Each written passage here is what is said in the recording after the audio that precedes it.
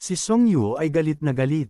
Ang mahabang espada niya ay nakataas at ang mukha ay puno ng pawis. Sa likod niya ay si Song Chen na may seryosong ekspresyon. Sinabi ni Song Yu na ang body forging peel na ito ay kayamanan ng Song family. Idinagdag ni Song Yu na kailangan nilang dalhin ito sa Peel Festival. Sinabi ni Song Yu na paano niya ibibigay lang ito sa mga humihingi. Si Zuo Fan ay nakatago sa mga dahon. Ang mga mata niya ay nanlaki nang marinig ang usapan. Naisip ni Zuo Fan kung blood forging peel ba ang tinutukoy nila. Naisip din ni Zuo Fan kung ano ang Peel Festival. Ngumisi si Zuo Fan. Ang mga ngipin niya ay nakalabas at ang mga mata ay kumikinang. Naisip ni Zuo Fan na sila mismo ang nagdala ng problema sa mga sarili nila. Sa isang kalsada, may karwahe na hila ng kabayo. Sa harapan ay si Song Yu at Song Chen na nakatayo. Sa kabilang dulo ay isang matandang lalaki na nakasuot ng pulang balabal. Tumawa ang matandang lalaki. Tinawag ng matanda sina Song Yu at Song Chen. Sinabi ng matanda na pareho silang nasa bone forging realm sa murang edad dahil sa peel na iyon. Idinagdag ng matanda na para sa isang third-rate family tulad nila na magkaroon ng lihim na recipe para sa isang fourth-grade peel ay isang kalapastanganan. Sinabi ng matanda na kaya mas mabuting ibigay na lang nila ito. Umasim ang mukha ni Song Yu at lumabas ang isang mahabang espada sa kamay niya. Sumanghal si Song Yu. Sumigaw si Song Yu na hindi nila ibibigay ito. Sumugod si Song Yu hawak ang espada. Sa likod niya ay si Song Chen na sumusugod din. Ang lilang enerhiya ay kumikislap sa paligid nila habang papunta sa kalaban. Isang malakas na tunog ng pagbangga ang umalangaw-ngaw. Muling umalangaw-ngaw ang tunog ng pagbangga. Si Song Yu at Song Chen ay tumilapon sa ere. Ang mga katawan nila ay napapalibutan ng puting enerhiya habang bumabagsak sa lupa. Ang matanda ay tumawa at tinawag si Miss Song Chen. Tinanong ng matanda kung bakit kailangan pang dumaan sa ganito. Sinabi ng matanda na ibigay na lang ang mga peel at ang recipe nito. Tinanong ng matanda kung gusto ba ni Song Chen na kapkapan niya ang mga katawan nila kahit matanda na siya. Namula si Song Chen sa galit. Ang mga mata niya ay nanlilisik habang nakatingin sa matanda. Tinanong ni Song Chen ang kapatid niya kung natatakot ba ito. Sumagot si Song Yu na hindi siya natatakot. Sinabi ni Song Chen na sige, sabay silang mamamatay. Idinagdag ni Song Chen na kahit anong mangyari ay hindi dapat mapunta sa matandang ito ang lihim na recipe ng pamilya nila. Magkahawak ang mga kamay nila Song Yu at Song Chen. Ang kamay ni Song Yu ay nakahawak sa espada habang kumikinang ang asul na liwanag. Sumigaw si Song Chen na ang lihim na recipe ng pamilya nila ay hindi dapat mapunta sa kamay ng matandang ito. Si Song Yu at Song Chen ay nakatayo ng magkasama. Ang mga espada nila ay nakahanda habang nakatingin sa kalaban. Isang berdeng dahon ang mabilis na lumipad sa ere. Tumama ang dahon sa espada ni Song Chen. Napasinghap si Song Chen sa gulat. Tumingin ang matandang may puting buhok sa direksyon ng dahon. Ang mukha niya ay puno ng gulat. Tinanong ng matanda kung sino iyon. Sa isang madilim na daan sa pagitan ng mga puno, isang pares ng itim na bota na may pulang tali ang nakatayo. Sinabi ni Zuo Fan na isa lang itong fourth grade peel. Sa gitna ng kalsada, nakatayo ang isang anino na nakasuot ng kayumangging balabal. Sa paligid niya ay sina Song Yu, Song Chen, at ang matandang lalaki na nakatingin sa kanya. Tinanong ni Zuo Fan kung bakit kailangang patayin ang dalawa. Tumawa ng malakas ang matandang may puting buhok. Sinabi ng matanda na akala niya kung sino ang matapang. Idinagdag ng matanda na isa lang palang bata na kaka-rating lang sa bone forging realm. Tinawag ng matanda si Zuo Fan na demonic cultivator. Sinabi ng matanda na kung pag-uusapan ang kalupitan ay sila ang pinakamasama. Tinanong ng matanda kung nangangahas ba si Zuo Fan na kausapin siya tungkol sa pagiging maawin. Ngumiti si Zuo Fan. Ang mga mata niya ay malamig habang nakatingin sa matanda. Sinabi ni Zuo Fan na hindi siya nagsasalita tungkol sa pagiging maawin. Sinabi niya na nagsasalita siya tungkol sa lakas. Ang mga mata ni Zuo Fan ay naging pulang-pula. Ang background sa likod niya ay naging madilim na pula. Sinabi ni Zuo Fan na balak niyang hayaan na mabuhay ang dalawa. Idinagdag ni Zuo Fan na hindi pwedeng patayin ng matanda ang dalawa. Nagulat ang matandang may puting buhok. Tinanong ng matanda kung sa tingin ni Zuofan ay kaya siya. Sinabi ni Song Yu kay Zuofan na kapatid tumakbo na. Sinabi niya na hindi kaya ni Zuofan ang matanda. Idinagdag ni Song Yu na huwag mamatay ng walang saysay para iligtas sila. Ngumisi ang matandang lalaki. Sinabi ng matanda na tumakbo ay huli na para makatakas. Ang matandang nakasuot ng pulang balabal ay sumugod pababa mula sa ere. Tinawag ng matanda si Zuofan na bata. Sinabi ng matanda na kung may dapat sisihin ay sisihin ni Zuofan ang sarili dahil hindi siya nakikialam sa sarili niyang gawain. Ngumiti lang si Zuofan habang nakatingin sa matanda. Si Song Yu at Song Chen ay nanlaki ang mga mata sa gulat. Isang malaking pulang guhit ang lumitaw sa ere. Isang tunog ng paghiwa ang umalangaw-ngaw. Si Zuofan ay nakatayo na may kayumangging balabal. Ang isang pulang guhit ng enerhiya ay tumama sa matandang lalaki. Ang dugo ay tumalsik sa ere. Ang mga tauhan ng matanda ay nanlaki ang mga mata sa takot. Ang matandang lalaki ay bumagsak sa lupa. Sumigaw ang mga tauhan ng matanda na halimaw. Tumakbo palayo ang mga tauhan ng matanda. Ang isa ay nakasigaw habang tumatakbo. Lumingon si Song Chen kay Zuofan. Ang mga mata niya ay may pagtataka. Sumigaw si Song Chen na sandali. Tumakbo si Song Chen papunta kay Zuofan. Ang dilaw na damit niya ay tinatangay ng hangin. Sa likod niya ay si Song Yu na nakasunod. Lumingon si Zuofan. Tinanong ni Zuofan kung ano iyon. Namula ang mukha ni Song Chen. Ang mga mata niya ay nakatingin kay Zuofan. Sinabi ni Song Chen na hindi niya alam ang pangalan ng kapatid. Idinagdag ni Song Chen na dahil iniligtas ni Zuofan ang mga buhay nila, ang Song family ay tiyak na gagantihan ito. Sumagot si Zuofan na hindi na kailangan. Ninas si Song Chen. Ang mukha niya ay puno ng inis at pagtataka. Naisip ni Song Chen na kinikilala siyang maganda sa pamilya niya. Naisip niya na anong klaseng lalaki ang hindi mahuhulog sa kanya. Idinagdag ni Song Chen na pero hindi siya pinansin ni Zuofan na parang hangin lang siya.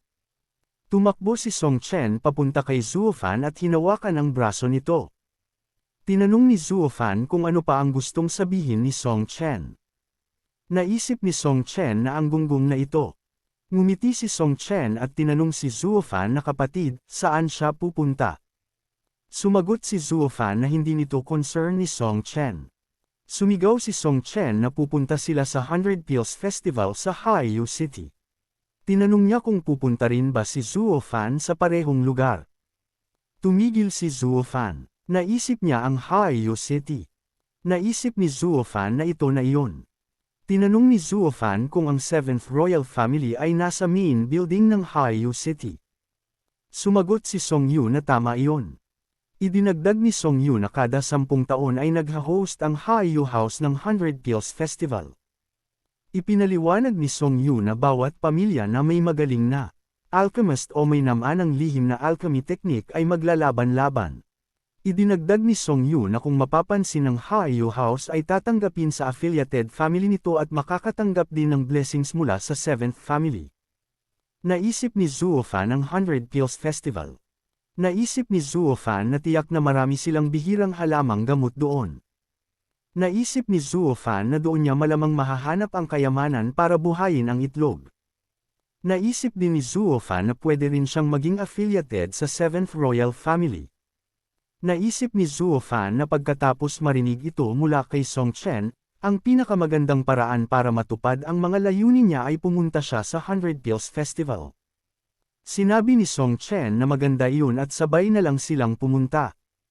Naisip ni Zuofan na makikasama siya sa Song family at magpapanggap na isa sa kanila. Sumagot si Zuofan na sige. Sa gitna ng masukal na kagubatan, isang karwahe na hila ng kabayo ang mabagal na tumatakbo. Ang mga berdeng puno ay nakapalibot sa daan at ang araw ay sumisikat sa kalangitan. Si Song Yu ay nakaupo sa harap ng karwahe. Ang asul na damit niya ay tinatangay ng hangin habang hawak ang mga renda. Sinabi ni Song Yu kay Brother Luofan at sa kapatid niya na nandito na sila. Lumabas si Zuofan mula sa karwahe.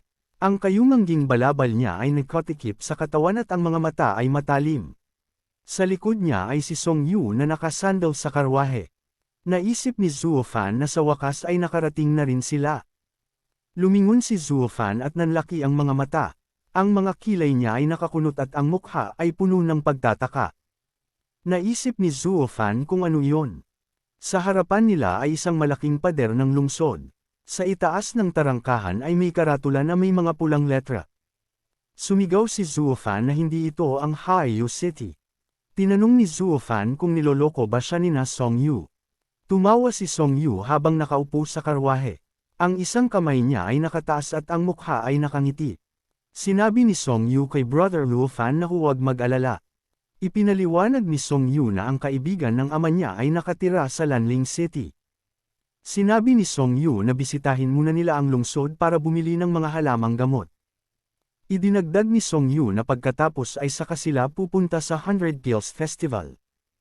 Tumanggaw si Songyu at sinabi na doon lang sila makakapanalo at magugustuhan ng Haiyu House. Si Zuofan ay tahimik lang. Ang mga mata niya ay nakatingin sa malayo.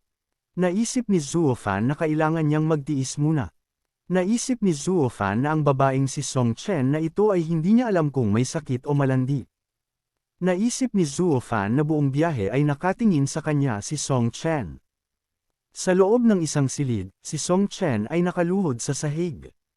Ang manipis na damit niya ay nakadikit sa katawan at ang mukha ay namumula. Sa tabi niya ay si Zuofan na nakaupo at nakayuko. Naisip ni Zuofan na laging tumatawa at namumula si Song Chen, kaya mahirap mag-concentrate sa cultivation. Humarap si Zuofan kay Songyu. Tinanong ni Zuofan kung galit ba si Songyu na kasama siya. Tahimik si Song Chen. Ang mga mata niya ay nakayuko at ang mga kamay ay nakapatong sa dibdib. Ngumiti si Songyu habang nakahawak sa baba. Sinabi ni Songyu kay Brother Luo na alam niya kung ano ang iniisip ni Zuofan. Ngumiti si Songyu at sinabi na pareho lang sila. Idinagdag ni Songyu na gusto rin niyang magmadali at makarating sa Haiyu House. Ipinaliwanag ni Songyu na narinig niya na may 15 landlord ang Haiyu House. Idinagdag ni Songyu na lahat sila ay napakaganda. Sa ere ay lumilipad ang mga imahe ng mga babaeng nakasuot ng mahabang damit. Ang mga buhok nila ay mahahaba at ang mga mukha ay magaganda. Sinabi ni Songyu na lalo na ang head building landlord na si Miss Chu Qingchen, na siyang pinakamaganda. Isang babaeng may mahabang puting buhok at puting damit ang nakatalikod. Ang buhok niya ay tinatangay ng hangin. Idinagdag ni Songyu na kilala rin si Chu Qingchen bilang First Heavenly Beauty. Si Songyu ay nakaturo kay Zuofan. Sinabi ni Songyu na si Chu Qingchen ay bihirang kagandahan tulad ng kapatid niya. Idinagdag ni Songyu na pero paano niya isusuko ang buong kagubatan para sa isang puno lang. Tinanong ni Songyu kung para lang kay Miss Qingchen ay isusuko niya ang lahat. Nagulat si Song Chen at sumigaw kay Little Yu kung ano ang sinabi nito. Naisip ni Zuofan na ang magkapatid na ito ay tunay na gunggong at malabag. Naisip ni Zuofan na kailangan niyang lumayo sa kanila o magiging tanga rin siya. Hinayla ni Song Chen ang damit ni Song Yu. Sumigaw si Song Chen na Chener. Nanlaki ang mga mata ni Song Chen sa gulat. Ang mukha niya ay puno ng takot. Tumawag si Song Chen ng brother at Brother Tianlei. Isang lalaking may mahabang buhok na nakatali at nakasuot ng puting damit ang nakatayo. Hawak niya ang isang pulang pamaypay at ang mukha ay mayabang. Sinabi ni Song Chen na siya si Chi Tianlei, ang young master ng first-rank Chi family sa Lanling City. Ipinaliwanag ni Song Chen na ang mga pamilya nila ay magkaibigan na sa maraming henerasyon. Idinagdag ni Song Chen na pero second-rate family ang Chi family habang third-rate family lang sila. Sinabi ni Song Chen na lagi silang minamaliit ng Chi family dahil doon. Sumanghal si Song Yu kay Zuofan. Sinabi ni Song Yu na pero si Chi Tianlei ay laging nagnanasa sa kapatid niya. Naisip ni Zuofan na ang Song family ay medyo katulad ng Luo family. Naisip ni Zuofan na kung hindi siya kasama ng Luo family, third-rate family pa rin sila hanggang ngayon. Naisip ni Zuofan na magkatulad na pamilya pero magkaibang kapalaran. Tinanong ni Chi Tianlei kung sino si Zuofan. Nanlilisik ang mga mata ni Zuofan. Ipinaliwanag ni Song Yu na ito si Brother Luofan at kaibigan nila. Tinanong ni Song Yu kay Tianlei kung paano niya nalaman na nandito sila. Sumagot si Chi Tianlei na nakatanggap siya ng sulat mula kay Uncle Song at hinulaan niya kung kailan sila darating. Lumapit si Chi Tianlei kay Zuofan at tinanong kung ano ang relasyon nito kay Chenner. Ngumiti si Song Yu at sinabi kay Brother Chi na kaibigan lang niya si Zuofan. Biglang sinipan ni Chi Tianlei si Song Yu. Sumigaw si Chi Tianlei na hindi siya ang kausap niya. Galit na galit si Chi Tianlei. Ang mga mata niya ay nanlilisik at ang kamao ay nakahanda. Sumigaw si Chi Tianlei kay Zuofan na sabihin nito kung ano ang relasyon nito kay Song Chen. Ngumiti si Zuofan. Ang mga braso niya ay nakakrus sa dibdib at ang background sa likod ay pulang-pula. Sinabi ni Zuofan na buong biyahe ay magkasama silang kumain at natulog ni Chenner. Idinagdag ni Zuofan na hindi sila lumalabas ng karwahe. Tumingin si Zuofan ng diretso kay Chi Tianlei. Ang mga pulang mata niya ay kumikinang. Tinanong ni Zuofan kung ano sa tingin ni Chi Tianlei ang relasyon nila.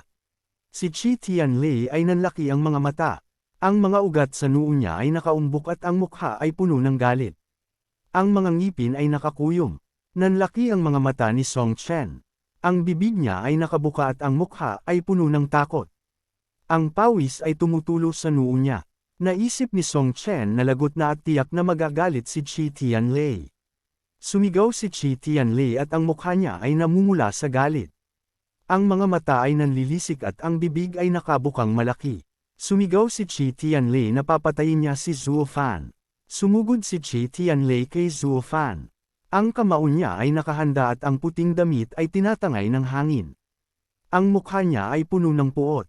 Si Zuofan ay nakatayo ng kalmado. Ang kayumangging balabal niya ay nakalaylay habang nakatalikod kay Chi Tianlei. Si Zuofan ay nakapikit ang mga mata. Ang mukha niya ay walang emosyon at ang mga gilid ng balabal ay gumagalaw sa hangin. Bumukas ang isang mata ni Zuofan. Ang pulang mata niya ay kumikinang na parang apoy. Isang tunog ng pag-ihip ng hangin ang umalangaw-ngaw. Isang itim na anino ang sumugod mula kay Zuofan. Ang kamao ng anino ay nakahanda at tumama kay Chi Tianlei. Isang tunog ng pagtama ang umalangaw-ngaw. Dalawang itim na anino ang lumitaw sa ere. Ang mga mukha ay madilim at ang mga mata ay nanlilisik. Ang isa ay nakasuntok at ang isa ay nakahanda. Isang tunog ng paghiwa ng hangin ang umalangaw-ngaw. Si Chi Tianlei ay nakaupo sa lupa. Ang puting damit niya ay marumi at ang mukha ay puno ng pawis at takot. Si Zuofan ay nakatayo sa harap niya. Sinabi ni Zuofan kay Chi Tianlei na huwag magyabang sa harap niya. Bumagsak si Chi Tianlei sa lupa. Ang mga kamay niya ay nakasuporta sa katawan habang nakaupo sa tubig. Sinabi ni Zuofan na kung magmamagaling pa si Chi Tianlei ay papatayin niya ito. Si Zuofan ay naglalakad palayo. Ang kayumangging balabal niya ay tinatangay ng hangin at ang mga pulang mata ay nanlilisik. Ang mga dahon ay nalalaglag sa paligid niya. Si Chi Tianlei ay nanginginig habang nakaupo sa lupa. Ang mga mata niya ay nanlaki at ang mukha ay puno ng takot at pawis. Sa malayo ay nakatayo si Zuofan na nakatalikod. Sinabi ni Chi Tianlei na iyon ay kapangyarihan ng Heavenly Realm. Idinagdag ni Chi Tianlei na ang killing intent na iyon. Si Chi Tianlei ay nauutol habang nakatingin kay Zuofan. Sinabi ni Chi Tianlei na si Zuofan ay isang Heavenly Profound Realm expert. Si Zuofan ay nakangiti. Ang mga pulang mata niya ay kumikinang at ang mukha ay puno ng yabang.